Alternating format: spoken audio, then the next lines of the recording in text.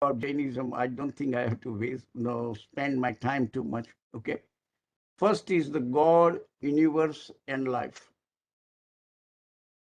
Liberated soul are Jain gods who are only knower and observer but not doer. And we discuss it little bit about that, in Buddhism and in the uh, when we discuss on Hinduism point of view. So you can see we have changed the definition of all other people consider God is a creator God. Okay. Only the definition of Jainism, the God's definition is not a doer. It is just knower and observer. Gita's main theme is a knower, and can you become a Arjun, become a knower and observer? Don't be a doer. It's already done. You are just a nimit. Okay? When you read the Gita's things over this. So God is not a creator, preserver, and destroyer of the universe. Let me tell you about this creator God.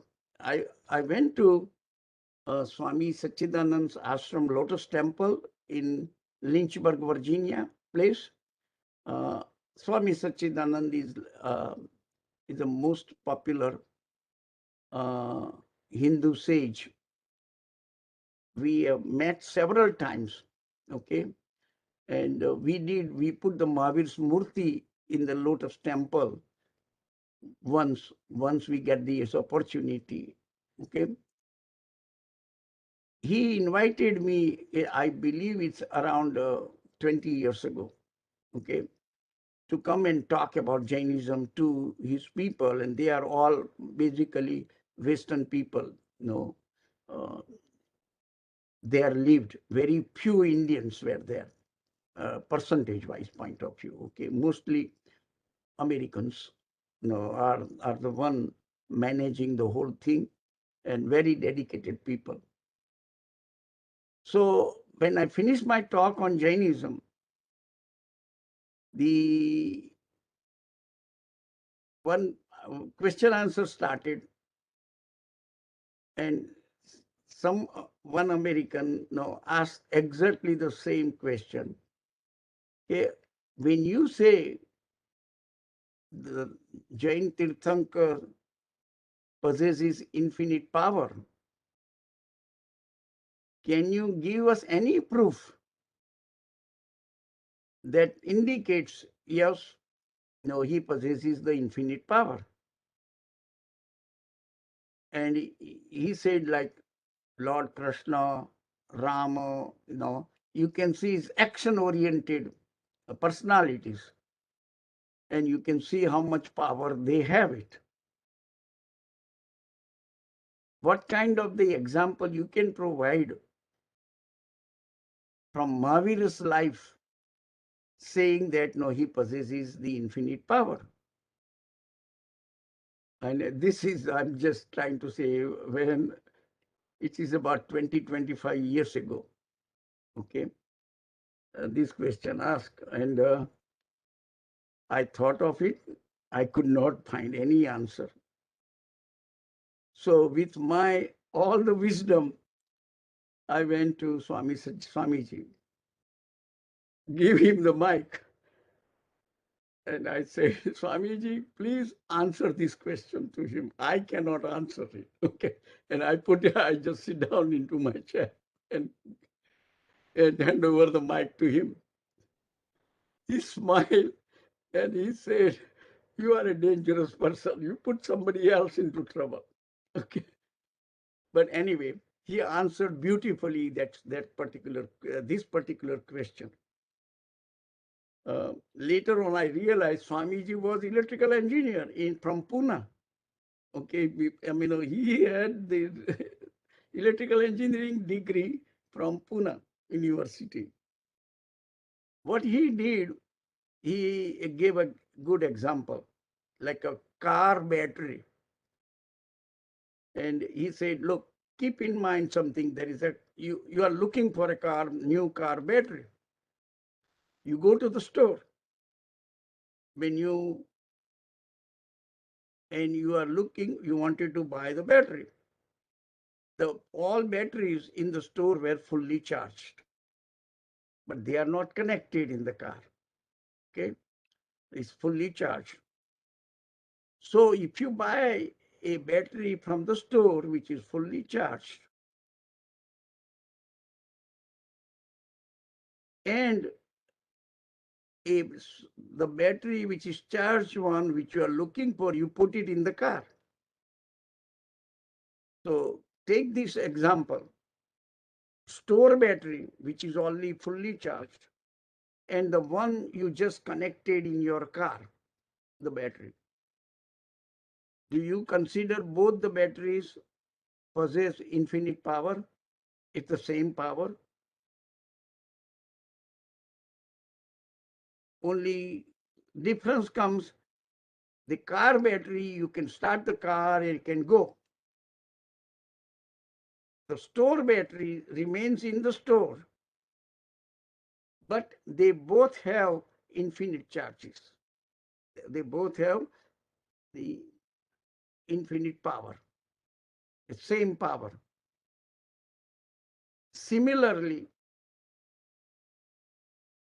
the Hindu god is the battery connected in the car, going from one place to another place, doing these things. Okay, it's a dynamic.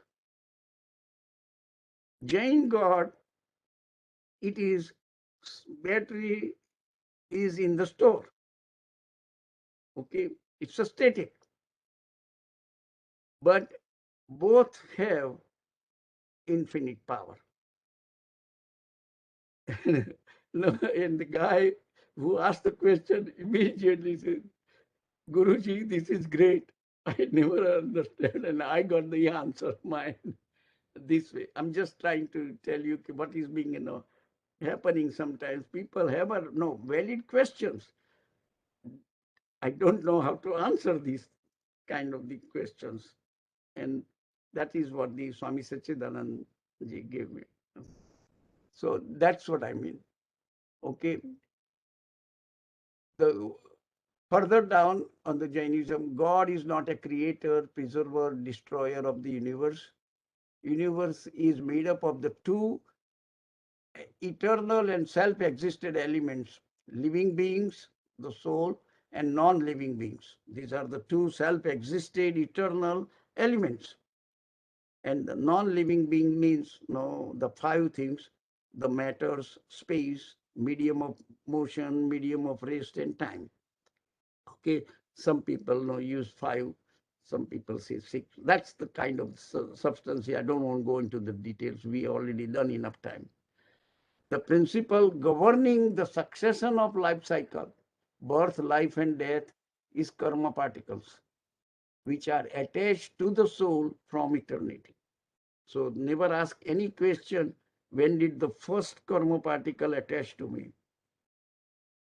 Okay, the karma particles were attached to the soul from the beginning of the time, and soul is in mithyatva also from the beginning of the time. So both the things never even raised any question, because you wouldn't find that answer anywhere. Okay.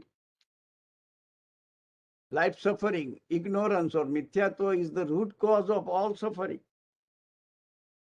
The mithyatva word is a very, very tricky word, but it's a one word explains the whole Jainism.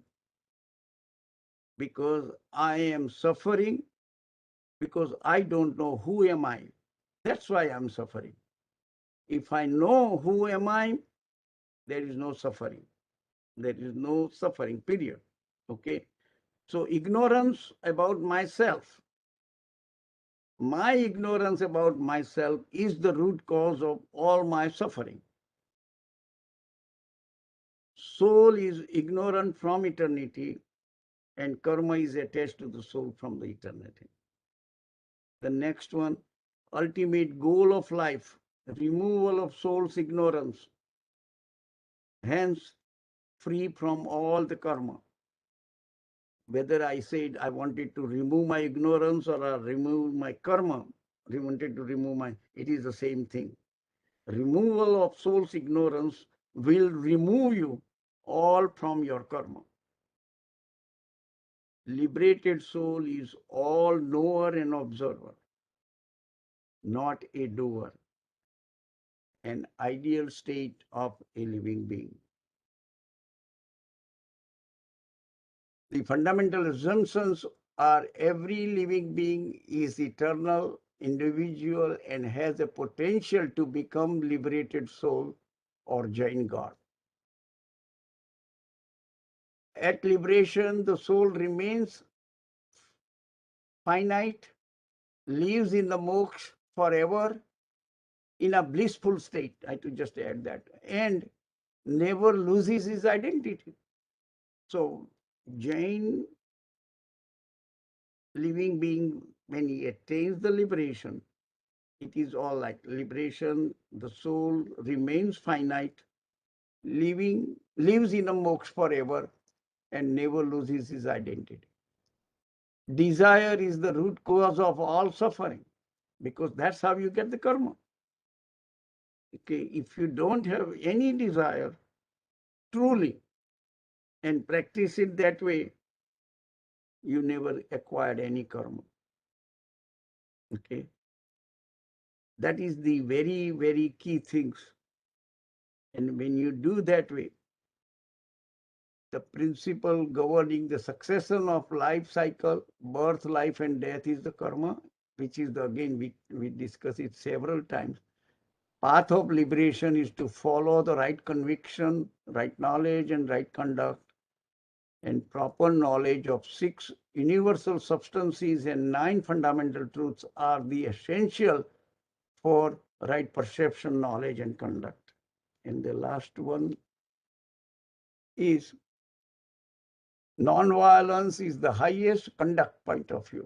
Non-violence is the highest principle to be followed in thought, speech, and action.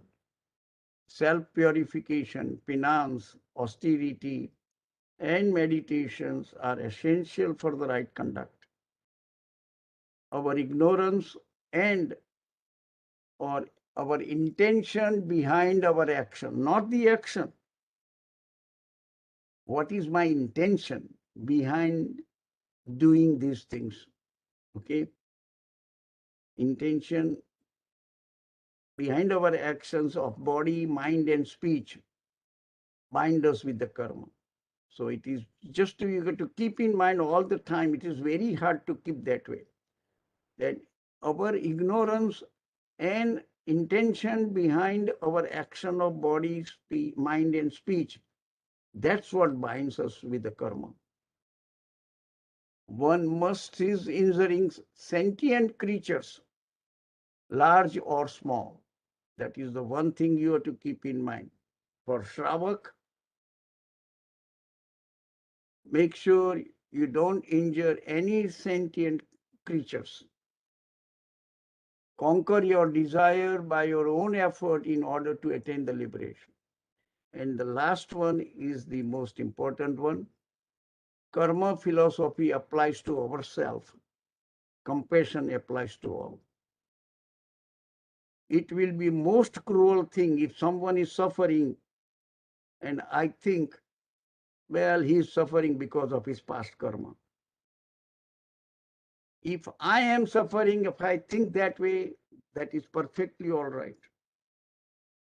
Okay, I am suffering because this is the past karma of mine and I should suffer very calmly, quietly, without getting upset.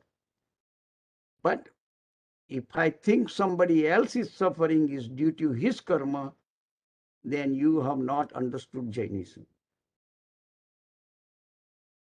To all other people, I have to be compassionate. Doesn't matter who the person is in that sense. If I can help, I should help right away. I don't have to think about karma. So the karma is only for myself.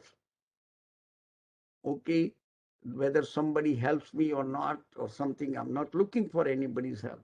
If somebody comes on his own and helps, that's one thing. So the karma philosophy, sometimes it is being misunderstood. Oh, what happens now? That person whom you help, okay, he's going to murder somebody. Okay, that will be his karma. No karma is going to attach to you what he's doing it. Okay, of course, you have to use your wisdom. Now, don't try to take the argument extreme cases. All right, that is only for argumentative purpose. If you're doing it, we don't even discuss Jainism. Under the normal circumstances, okay, that's how you do it and how you practice it. That whenever there is an opportunity comes to help somebody, never miss the opportunity, because you may not get that opportunity again. Okay, and when you do, they help somebody not without any expectation. Actually, the way you help is the right hand doesn't not know what is the left hand is doing it. Okay, that is the concept of the Jain achar. You cannot help yourself. Only way you can help yourself by helping others. So if you think, no, when you are helping others, you are helping yourself. And that's our achar. Okay. Don't try to get into any other kind of a discussion. It is going to be hurting you than helping you. Let me conclude here. Okay. And the last chart was like simple. Agam Sutras, guide morals and spiritual rights, which you all know this one. But now let us open for any time we have it for discussion.